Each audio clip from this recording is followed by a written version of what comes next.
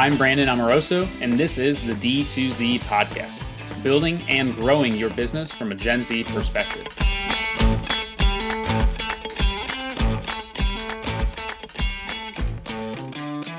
Hey everyone, thanks for tuning in to D2Z, a podcast about using the Gen Z mindset to grow your business. I'm Gen Z entrepreneur Brandon Amoroso, founder and CEO of e-commerce agency Electric Marketing. And today I'm lucky enough to be joined by Stephen Finn, co-founder and partner at Siddhi Capital. They're an investment firm focused on food, beverage, and food tech. Stephen's here to talk to us about the best ways to build your business and what missteps to avoid. Stephen, thanks again for coming on the show. Really excited to have you here. Absolutely happy to be here. Thanks for having me. It's always good to talk to you, Brandon. I appreciate it. I hope that that's not just for the public listening. No, it's for real. Let's start. It's for real. I'll take that to heart. So let's start with your start in the business. Sort of give everybody the quick rundown on how you got to where you are today. Sure, happy to do it. My kind of 60 seconds is my background is as entrepreneur and software engineer. So I've started two companies.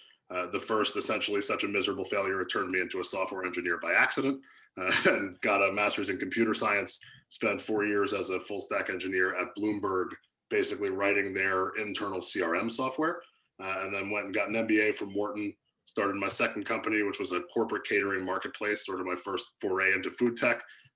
Loved it, worked out, sold it after 2.5 years to a bigger, sexier version of ourselves called Hungry Marketplace. And then went and joined my dad in what is effectively multi-family office generalist direct investing at early stage. So we were looking at everything under the sun. I regularly describe that a normal day for me could easily be AI for nonprofits to a condo in Miami to plastic gas cans to grain-free muffins, and that's just a normal morning. Did that for a while, and then met my now partner Melissa, who is the food expert on our team, and really in starting to work with her, I became less of a generalist, and then we started Siddhi Capital together, which is specifically food and beverage focused. We are only investing into food and beverage companies as it stands now. We have sort of three categories that we're looking at. I think that our secret sauce and what makes us different than the rest of the broader consumer or food and beverage investors that we generally are working with, frankly, alongside, is that we have in-house Melissa's old team. So when I met Melissa, my partner, she was running a company called Siddhi Ops, which we stole the name and we love the name. Siddhi Ops was sort of the premier entire backend for your growing CPG, right? So if you wanted to start a food CPG company, they should be your first call, and then you don't need to hire an operations person for a while. They'll commercialize the stuff, they'll get the supply agreements in place, they'll do everything you need to get from kind of 0 to 1, and then take it up through dozens of millions of sales as they start to plug people in to fill the gaps, and they move on to more business continuity work. I met her and fell in love with that model, and really with its ability to help us diligence food deals. But as we started working together and fell in what we like to call deal love, we decided to do it full time. So our first fund we started now 2 years ago. We're now investing out of our second fund, and we have basically three verticals that we care about. The biggest one is growth, food and beverage CPG, right? And that's companies that have made it past the early hurdles that kill most companies. And we find that when we can get involved with a company that's doing 20, 50, 75 million in revenue, our team can really be helpful in unlocking a lot of efficiencies there and in dealing with scaled partners. We have access to things that some of these companies may not on their own because of the dozens or 100 brands that we work with.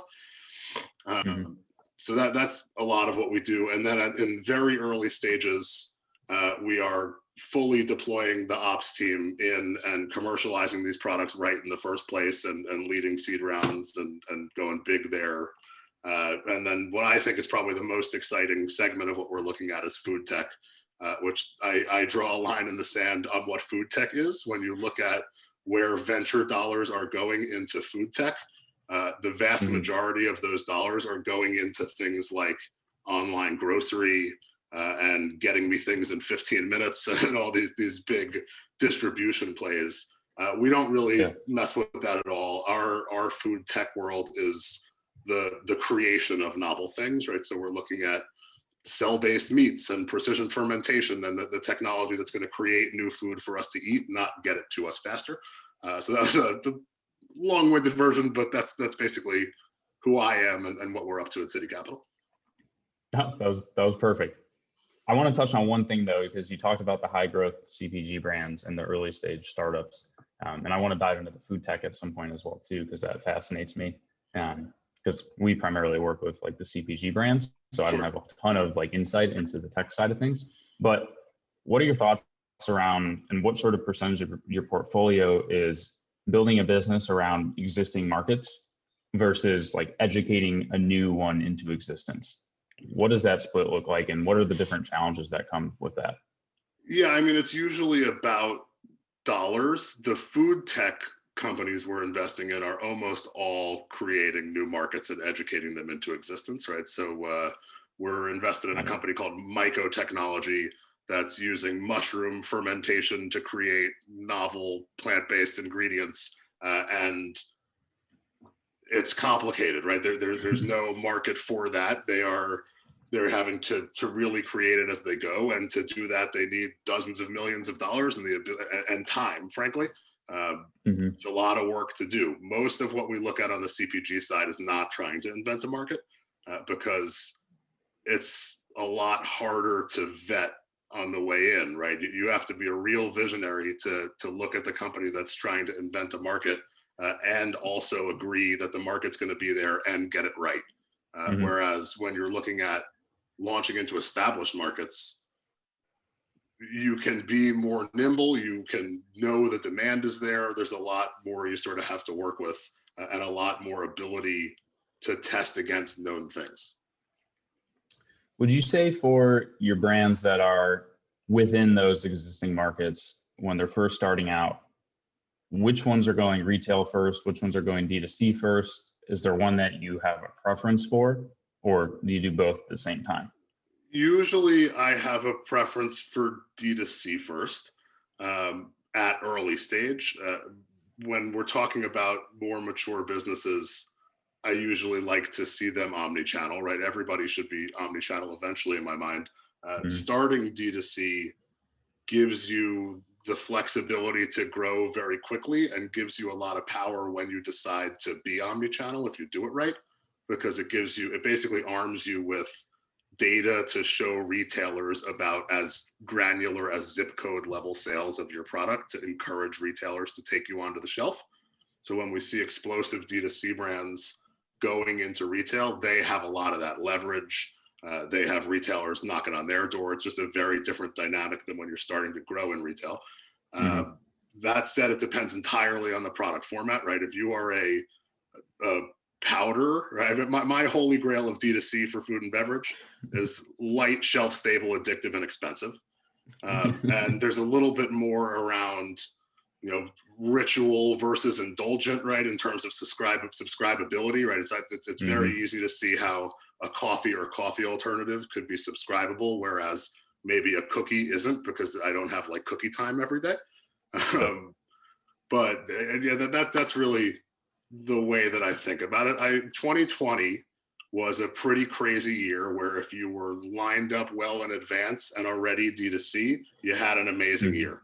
And then 2021, not so much, right? The tail end of 2021 was some of the most brutal acquisition costs and D2C metrics that we've seen ever. My favorite company is probably D2C first, omni-channel now, and has the ability to lean on whichever is working today from a marketing perspective as Facebook reworks through its algorithm and D2C renormalizes, right? It just, because on the other side, retail hasn't recovered from COVID either, right? It's if you're an ice cream that's starting up right now, I am not going to invest in you, because it is too damn hard for you to get from 0 to 20 million in sales. If you're a 20 million in sales ice cream, happy to look at you, because you've cleared all of these hurdles that the new guys are just going to have a harder time doing. Yeah. I feel like some of the brands that we work with, at least over the past year or two, like the reviews at a Whole Foods or GNC or whatever it may be, they all got canceled or pushed back. And so just sort of the timeline for even getting into some of these retailers has been right. So extended. if you're cold chain, if you're that ice cream, you missed your retailer meetings last year because they told you, hold on, we'll come back. You don't really know what's going to happen this year. And you have no real option to turn on a D2C store to try to do something because you're going to lose money on every sale of ice cream, right? The only way to do cold chain D2C is like a Daily Harvest or someone like that who has AOV so high that it makes sense to send a freezer box, right? It's got to be almost 100 or more than $100 AOV and repeat customers to make that business make sense. Yeah, and we've seen that too. I mean, some of the shipping costs that we work with through our brands are prohibitive. I mean, it can get crazy, especially when you're competing against other food brands that don't have to deal with the same complexities, and they have like 1 or 2 day shipping and it's super cheap and light. I would agree with you that the powders are the best by far. So it maybe an ice breeds cream competition. Powder. Yeah, I mean, I've seen ice cream powder, but it breeds competition, right? Because the powders make sense in D2C. There's hundreds of powders. So it's also, it creates a bit of a saturated market. You still got to find the winners and find the needle in the haystack. If you had like one piece of advice to give to business owners who are just starting out creating their own CPG brand, how important is it to narrow in on margins in the beginning? I think it's one of the most important things you can do. When I am asked to give one line of business advice, the line I give is gross margins are freedom. That is especially true at early stage, right? People think that scaling up is going to solve all their problems, and it usually creates more problems than it solves. There are certainly wins to be unlocked in COGS when you scale up and when you have higher MOQs, whatever, that's all fine. But things get complicated, and if you're not starting from a good base, from margins, the difference comes out in equity dollars, right? So you are basically constrained to raising more money, and being effectively defined by your fundraising cycle.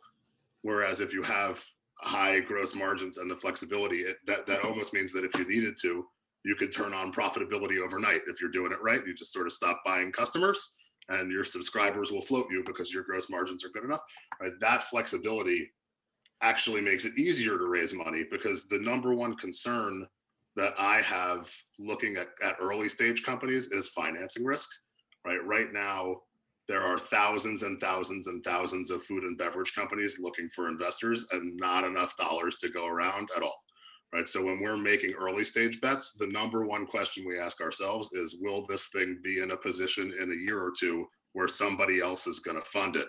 And if not, can or should we? And if not, not the deal for us. Got it. What are those gross margins, roughly, that a brand should be aiming for? It depends on a couple of things. I guess if you're going to be retail focused, you should be at least, in my mind, 40% wholesale margins. D2C can potentially get up to 70, 80, depending on what it is, but you pay it back in CAC. It really depends. It also depends on order frequency and things like that, right? If you're a meal prep business where your AOV is $150 and your order is weekly, you can spare a little on margin because you get it back in payback period because you've sold $1,000 worth of food in 6 weeks. Got it. That makes sense. I think there's always nuance to everything. So always, unfortunately. But I mean, yeah, if you told me that you were starting a D2C powders company with 75 or 80% gross product margin, I would be excited enough to keep looking. If you told me 50, I'd have to be really excited about the product itself to keep reading. Got it. So for anybody who's listening that's thinking about starting off this entrepreneurial journey in the CPG food and beverage space, when's the right time to sort of go and approach somebody like you to get that investment? And where are you typically investing? Is it usually seed? Is it usually Series A? Where do you typically jump in as well? So our first fund is pretty all over the place. Our second fund is looking a little bit more upmarket. So we're currently mostly looking for Series A and up.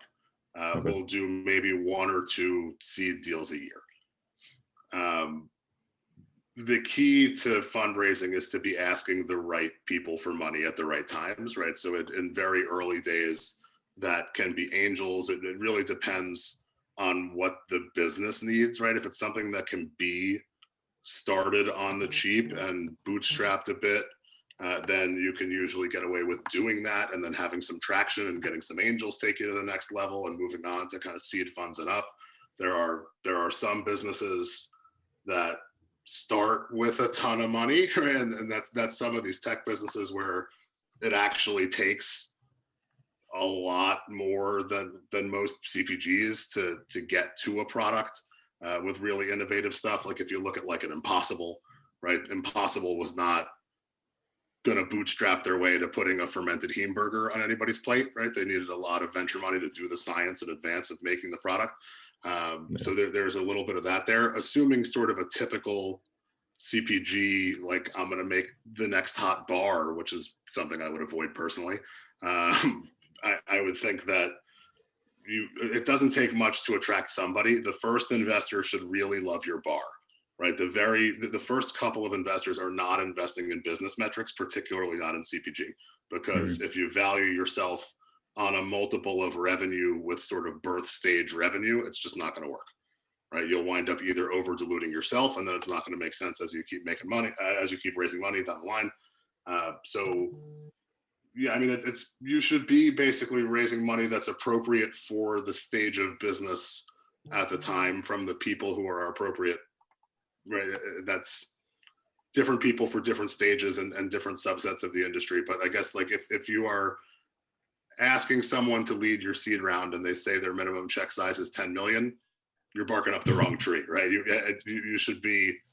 You should have some knowledge of approximate check sizes and stage that the investors you're talking to have done before, and make sure you're not wasting everybody's time. Yeah, that's.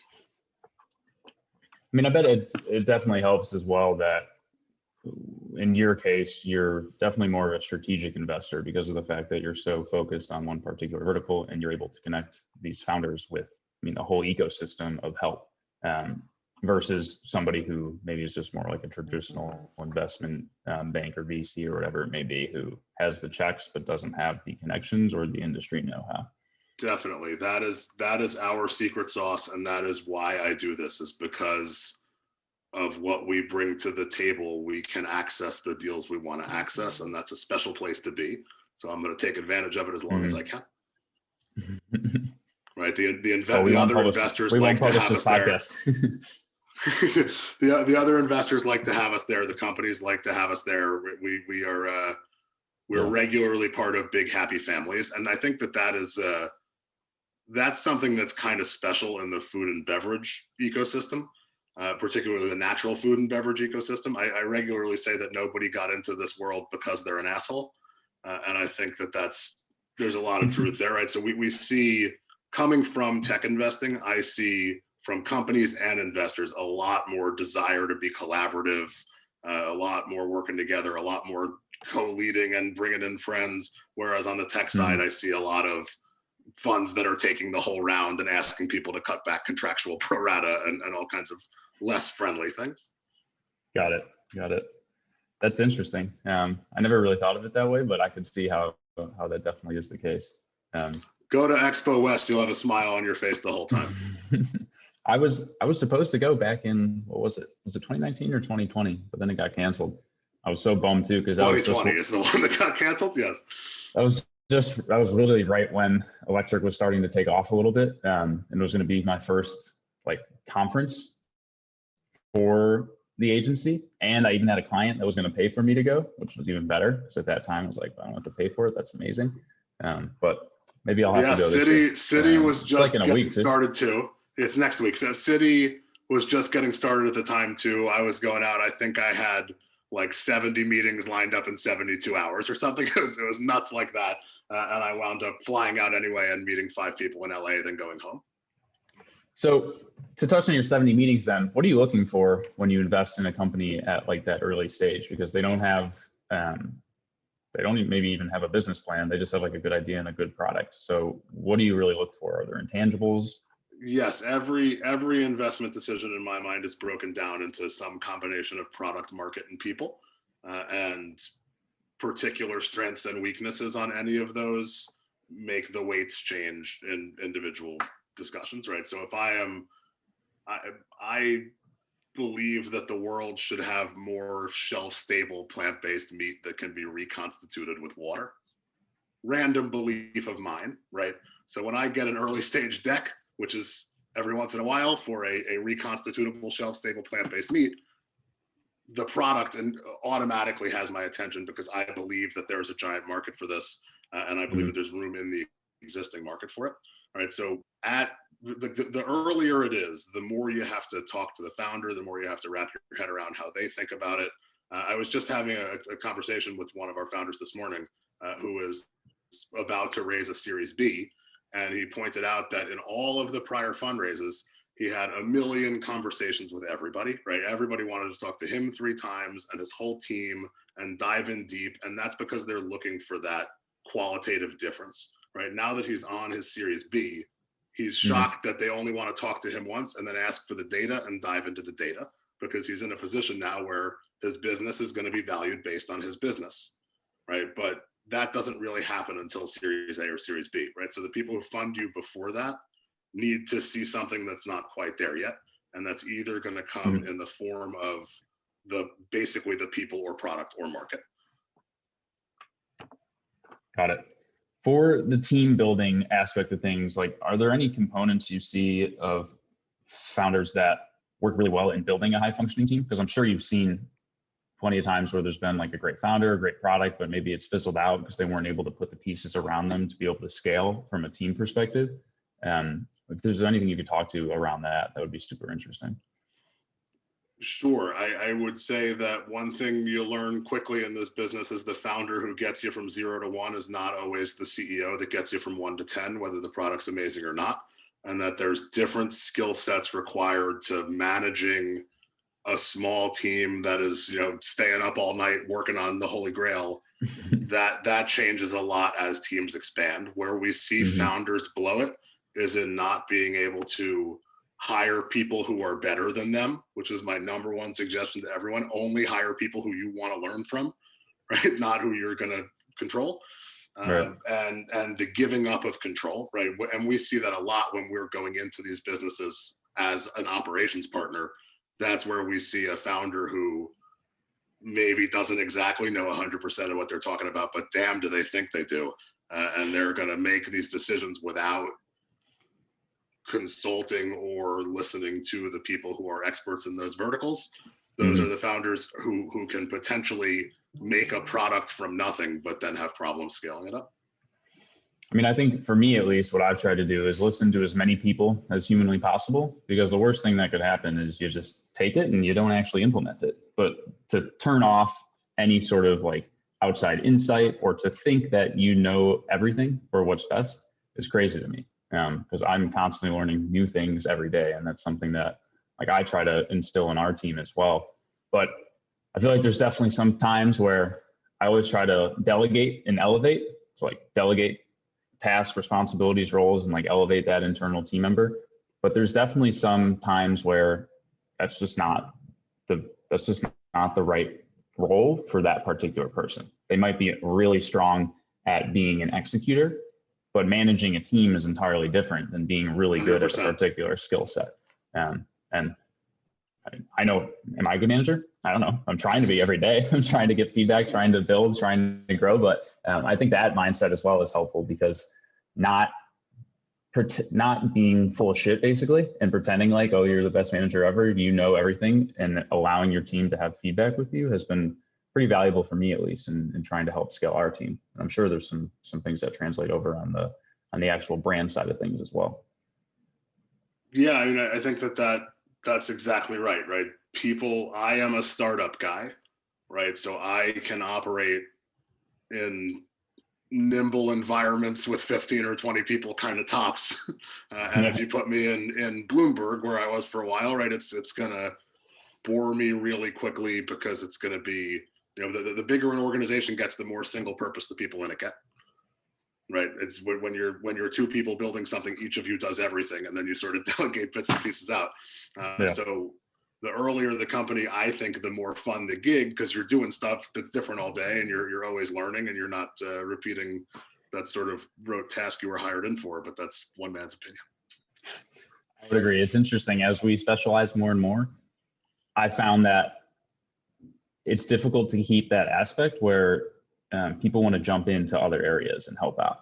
And I've heard sometimes in the past where it's like, oh, well, that's not me. Like I do X, Y, and Z. That's my role. I'm a specialist at that. I'm like, well, I mean, we're all trying to collaborate here together. We're a startup, we're growing. So you still need to keep that mindset, even if you might be at 40, 50, 60 people, whatever it may be. It's all the same, in my opinion. It's just different as you continue to scale. Totally. But last thing I want to touch on with you, because FoodTech, to me, I really have no insight into that, but it sounds really cool because you put tech at the end of food. So what do you see as the future of that industry? What does it even look like? I mean, you talked about that particular mushroom product. Like, what is FoodTech, and where do you see it going this year, into the next 5 years, and so on? So I think in the next year or year and a half, the big awesome thing that you're going to see happen in the US is that the first cell-based meat approvals are going to happen, and people are going to start selling cultivated meat, mostly in limited runs in high-end restaurants. Cultivated meat, for anyone who doesn't know, is basically meat that is created from actual animal cells, but not with an animal. So once upon a time, cells were removed from an animal, and then those cells are scaled up in isolation in an environment that sort of replicates an animal, called a bioreactor. And then those cells, after being grown, are sort of put back together into either a ground product or a structured steak product, or even a blended product, where some of these companies are doing very small inclusion rates of the cells they're generating, and mostly a plant-based product, but with added animal cells for flavor. That's all going to start coming out in the next year or two. There's a couple companies at the forefront. The FDA is in negotiations with all of them and pushing stuff through. The first global approval has happened in December 2020. A company called Eat Just, based in California, was licensed to sell their cultivated chicken nugget product in Singapore. We've seen a lot from Singapore and other sovereigns, particularly in the Middle East, around food security. So COVID hits, all of a sudden, island of Singapore realizes that it imports all its food, and if the imports stop, they can't feed their people. That's a real problem. And a lot of these food tech companies are working to provide that food security to regions of the world that can't really make it themselves. So Singapore and the Middle East is huge into that. And what they're doing is building these giant facilities in partnership with the food techs to create the product locally and employ people. So there's a lot of dollars going into this, a lot of sovereign excitement around it. The categories that I think you'll see and start to eat food from in the next couple of years are that cell-based meat and then precision fermentation, which is basically creating specific proteins with genetically modified microorganisms, right? So if you think about brewing beer, you have yeast that eats sugar and creates alcohol. Precision fermentation is effectively taking that technology to have the yeast, instead of eating sugar and creating alcohol, it's going to eat sugar and create whey protein or some kind of egg protein or something that's made from beef. Those technologies are scaling up faster than cell-based meats. You'll be able to eat them sooner. You can get some now. There's a company, Perfect Day, that does it with whey, and they have a couple products you can buy now, including a whey powder, and they have a cream cheese. All of this non-animal animal protein is, I think, the next big wave, and I'm really excited about it.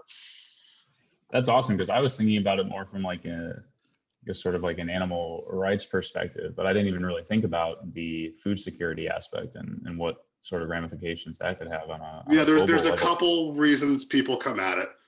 Yeah, people generally come at it from either animal perspective or human health perspective or environmental perspective or some combination of the three. There's a lot of work to be done in terms of, like we talked about earlier, creating markets and public perception. And I think it's been commonly referred to as lab meat, which does not sound particularly delicious. At some point, before any of us really eat it at scale, though, it comes out of the lab and goes through a food manufacturing facility just like everything else, right? It's not really like labs created it, but at scale, it's food. No, I mean, I think that's going to be something we do with brands all the time, is focus on education. But this is something that will require an unparalleled amount of education to be able to break into the market. So it'll be interesting. And I'm not the guy to ask about it, right? I will eat I am so excited to talk about this stuff. I am so excited to eat this stuff. I have every version of it sitting around my house. It's amazing. No education needed here. So I have a hard time personally understanding the amount of education that's going to be required to actually convince the general population to eat this stuff, because I'm so gung-ho, but I know it's going to be hard. Yeah, I think the lab meat is something that I wonder if somebody's trademarked that yet. I think the industry is sort of coming around to cell cultured meat as the terminology that they're going to use, or cell based, something like that, as opposed to lab. Or I'm just envisioning like I eat lab meat t-shirts walking around San Diego and whatnot.